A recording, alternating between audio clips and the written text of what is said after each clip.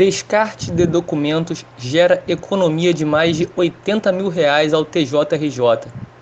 Notícia publicada em 4 de janeiro de 2021. O Tribunal de Justiça do Estado do Rio de Janeiro, TJRJ, vai economizar R$ 84 mil com o descarte de documentos realizado entre os meses de janeiro e novembro de 2020. Neste período, o Departamento de Gestão de Acervos Arquivísticos, DGE, registrou a eliminação de 301.437 processos, sendo 50 mil somente no mês de novembro. Em novembro, foram descartados em média 2.632 processos por dia. O descarte só acontece depois de criteriosa avaliação e seleção pelos funcionários do departamento. Se considerarmos que são necessários cerca de 23.333 caixas e que o custo total para armazenar uma caixa em empresa terceirizada é de R$ 3,60, é possível concluir que o descarte realizado pelo DGE em 2020 irá gerar uma economia de cerca de R$ 83.998,80 em 2021 e de R$ 419.994 nos próximos 5 anos, calcula o diretor do DGE, Márcio Teixeira. Os dados do DGE também foram positivos em relação ao índice de desarquivamento em 2020. Em média, foram 8.137 pedidos de desarquivamento de processos por mês, sendo 7.430 atendidos, o que representa um índice de 91,30% de eficiência no atendimento. Durante o ano, o departamento foi muito procurado também por pesquisadores que buscam documentos para elaborar teses, livros e trabalhos acadêmicos. De janeiro a novembro, o departamento atendeu 81 pesquisadores e disponibilizou 365 documentos para estudos. Durante o período compreendido entre os meses de março e junho, as atividades operacionais foram paralisadas, mas as solicitações urgentes de desarquivamento foram atendidas, mediante procedimento estabelecido de disponibilização dos processos desarquivados nas dependências do Arquivo Central. Com o retorno da atividade operacional em julho, houve necessidade de estabelecer protocolos de segurança, definidos pelo tribunal, inclusive com a redução da equipe de servidores em trabalho presencial e redução do horário da atividade operacional. Mesmo com todas as dificuldades enfrentadas nesse ano devido à pandemia da Covid-19, as metas previstas foram alcançadas, conclui o diretor. Olha, eu vou falar uma coisa para vocês. Uma das maiores inovações no direito na década passada foi o processo eletrônico. Eu posso dizer porque eu fiz estágio ainda na época do processo físico. O processo físico, para quem não sabe, é um calhamaço assim de papéis, né, digamos assim, petições, ofícios, todos documentos anexos, né, que são empilhados uns sobre os outros sob uma capa oficial da Justiça, e aquilo fica físico lá no cartório judicial, e quando o advogado quer dar uma olhada, precisa ir lá para ler as decisões do juiz, né. Algumas já eram publicadas numa espécie de sistema onde tinha os resumos eletrônicos que você consegue ver no site da Justiça, mas folhear os documentos, ler as petições da parte contrária, isso você precisava sempre se dirigir ao fórum, e aí você pedia a vista do processo, podia trazer o processo para casa durante alguns dias para dar uma estudada nele, depois tinha que devolver. E, gente, sinceramente, o processo civil é outro depois do processo eletrônico, porque é totalmente diferente. No eletrônico não, você envia a petição de casa mesmo aqui pelo computador, você assina eletronicamente e envia pelo sistema. Tem uma senha eletrônica, a gente tem deixa eu ver aqui, vou mostrar aqui para vocês. Isso aqui é um token, né? Se paga uma licença por 3 anos, às vezes 2 anos, dependendo do contrato que você quiser fazer. Você paga para poder ter uma assinatura eletrônica, mas isso aqui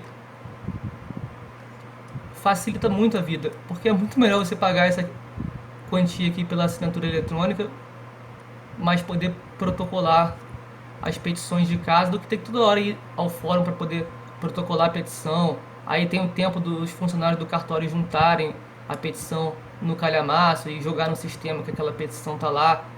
No sistema eletrônico não, você envia os documentos por aqui. Nossa, é uma maravilha. Você vê o processo todo bonitinho ali no computador. Não tem coisa melhor. Fora que, imagina para juntar documento, né?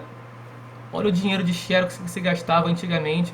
Você tem que tirar cópia de certidão de nascimento, comprovante de residência, RG, dependendo da ação que você estivesse movendo. Os processos ficavam às vezes com vários volumes, cada volume mais ou menos aqui no Rio de Janeiro pelo menos são 200 folhas, então ficava um apensado ao outro, ficavam pilhas às vezes, né? E aquilo para ler era um tormento. E os cartórios, né? Aí toda vez que você tinha que ir lá, você tinha que procurar, aí o funcionário tinha que olhar no sistema onde é que tá, qual pilha que tá, ir lá procurar na pilha, ficar puxando um por cima do outro. Gente, eu fiz estágio nessa época, era um saco. Ainda bem que quando eu me formei em 2012, mas peguei a carteira da OAB em 2014 e comecei a advogar em 2015. Foi justamente na época que estava já mudando o sistema do físico para o eletrônico.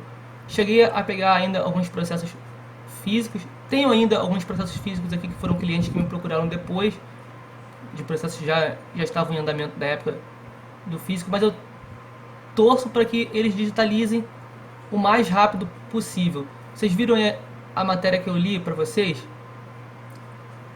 Só com espaço físico alugado, que era para guardar esses documentos antigos, o TJ gastava uma fortuna. Agora não. Os novos processos vão ficar todos guardados. Eles tiveram até que fazer eliminação de processos. Isso é até ruim, né? Porque, de certa forma, cada processo que corre na justiça, ele tem um pouquinho da história da justiça brasileira ali nele.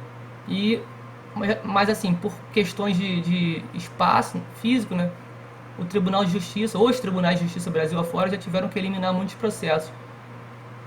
E tem processos aí históricos, né? Imagina processos da época da escravidão. Alguns conseguiram guardar em museus e tal, mas imagina se tudo isso tivesse sido preservado.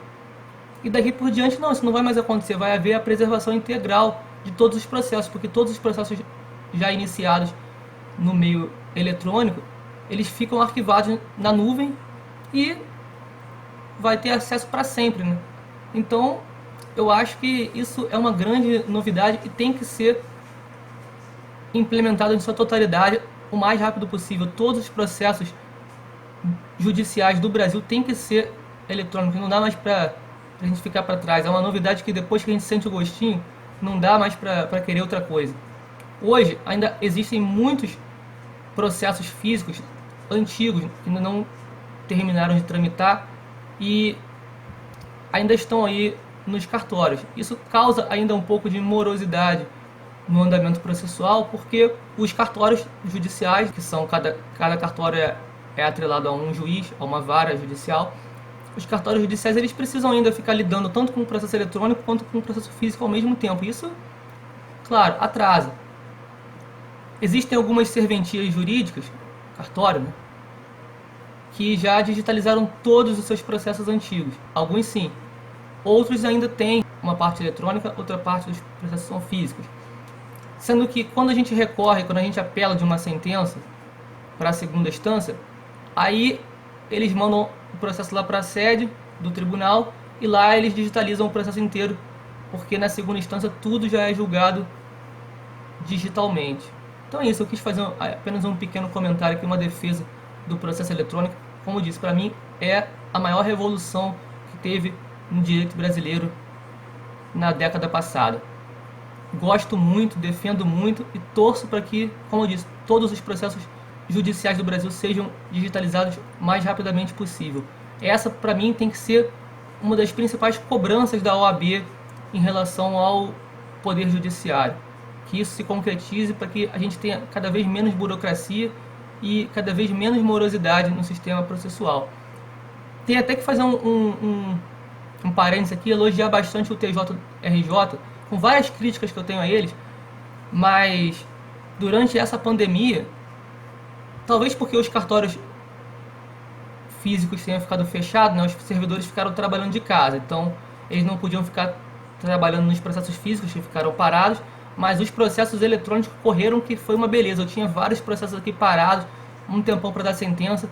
Quando foram os servidores para casa para ficar trabalhando no home office, nossa, os processos estão andando muito mais rápido, os juízes estão proferindo muito mais sentenças. Por mim, podia ficar esse esquema aí, digitalizavam logo todos os processos físicos, os servidores ficavam só de casa, não precisava mais ir para fora, deixava um só lá de plantão para você poder conversar, alguma coisa assim. O resto ficava tudo trabalhando de casa. Porque, olha, melhorou muito, deu uma grande agilizada. O TJ julgou muito o processo nesse período de pandemia. Me surpreendeu positivamente, sinceramente. Então, esse é o meu recado. Só para manter aqui esse canal de diálogo com vocês funcionando sempre. Em breve, vamos tentar voltar aqui com algum outro tema jurídico da atualidade. Se vocês tiverem curiosidade de alguma coisa, podem deixar perguntas aqui nos comentários também, que eu posso de repente fazer um vídeo respondendo algumas dúvidas de vocês, quem sabe. É uma possibilidade de a gente estar sempre mantendo vivo esse canal de diálogo em duas vias, né? Vocês fazem perguntas, eu posso responder aqui, por que não? Eu queria fazer uma live de repente um dia aí, mas não sei se vai ter assunto suficiente para isso, tem que pensar no assunto também. Vocês podem me ajudar deixando nos comentários aqui embaixo, beleza? Até a próxima, falou!